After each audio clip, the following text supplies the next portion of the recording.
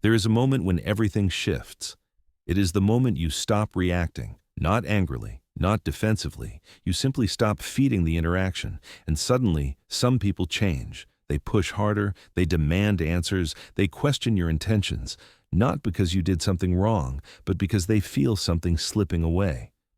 If you have ever stopped reacting emotionally and noticed people becoming controlling, you are not imagining it. Social psychology explains this pattern clearly. Control increases when influence decreases. Most people think control comes from strength. In reality, control comes from fear. Fear of uncertainty, fear of losing influence, fear of not knowing where they stand. When you react, people can adjust.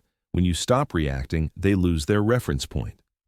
Reactions act like signals. They tell others how much pressure works, what tone gets results, which buttons still function. When reactions disappear, those signals go dark, and insecurity fills the gap. This is why people try to regain control when you stop reacting. They ask more questions. They demand clarity. They push for explanations, not because they care, but because they need orientation. Social psychology shows that people who rely on external feedback struggle most with emotional neutrality. They need confirmation that they are seen. They need validation that they still matter. They need proof that they still have access. When reactions stop, that proof disappears. At this point, many people escalate. They raise their voice. They become impatient. They frame your calm as disrespect. They may say things like, "Why are you ignoring me? Why are you acting strange? You are being difficult." But these words are not about communication. They are about control. Here's the important insight. People who feel secure do not need to control reactions. They regulate themselves. People who feel insecure try to regulate others. When you stop reacting, insecure people lose their regulation strategy. They cannot stabilize themselves through your responses anymore, so they attempt to impose structure, rules, expectations, demands. Control becomes a substitute for regulation. This is why calm silence often triggers controlling behavior. Silence removes emotional leverage, and leverage is how control is usually applied.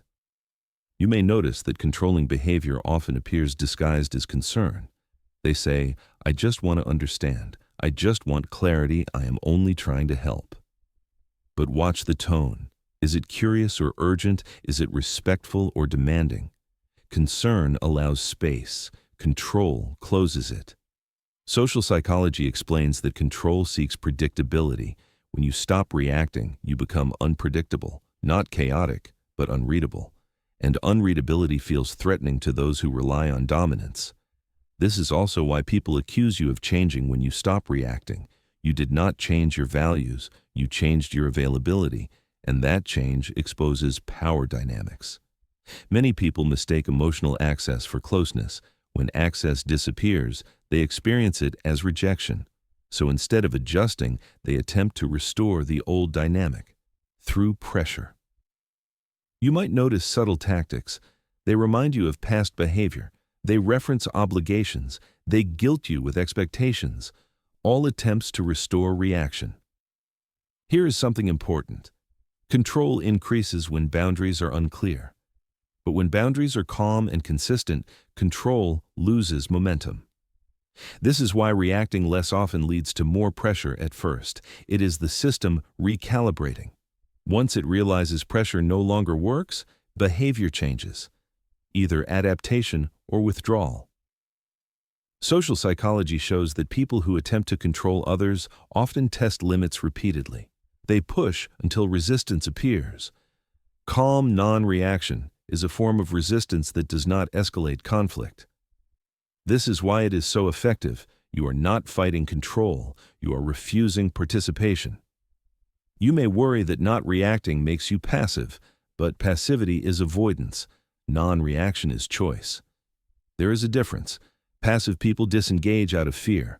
Calm people disengage out of clarity. When you stop reacting, you also stop rewarding behavior. Control tactics rely on reinforcement. If pressure creates response, pressure increases. If pressure creates nothing, pressure fades. This is basic behavioral psychology. What is not reinforced extinguishes. People who respect you will notice quickly. They adjust tone. They slow down. They give space. They do not need control to feel safe. People who depend on control will escalate, then withdraw, then often return later with different tactics. This is why consistency matters. One reaction can reopen the loop. Social psychology highlights something important here. Emotional independence destabilizes controlling dynamics. When you no longer need approval, control loses power. You might notice that people who try to control you often react strongly to boundaries. They say you are cold. They say you are selfish. They say you are distant. These labels protect their self-image. They allow them to avoid self-reflection. But boundaries are not aggression. They are clarity. You do not owe anyone constant emotional responsiveness. You do not owe explanations for calm. You do not owe reactions to pressure. Here is the reframe. If people try to control you when you stop reacting, it means reactions were the currency, and you stopped paying. That does not make you difficult. It makes you autonomous. You may lose some relationships, but you will gain alignment. You will gain peace. You will gain self-trust. The most important part, control does not disappear because you argue against it. It disappears because you stop feeding it. Final thought, when you stop reacting, you do not become distant. You become unmanageable to insecurity. And insecurity always reveals itself when it can no longer control the environment.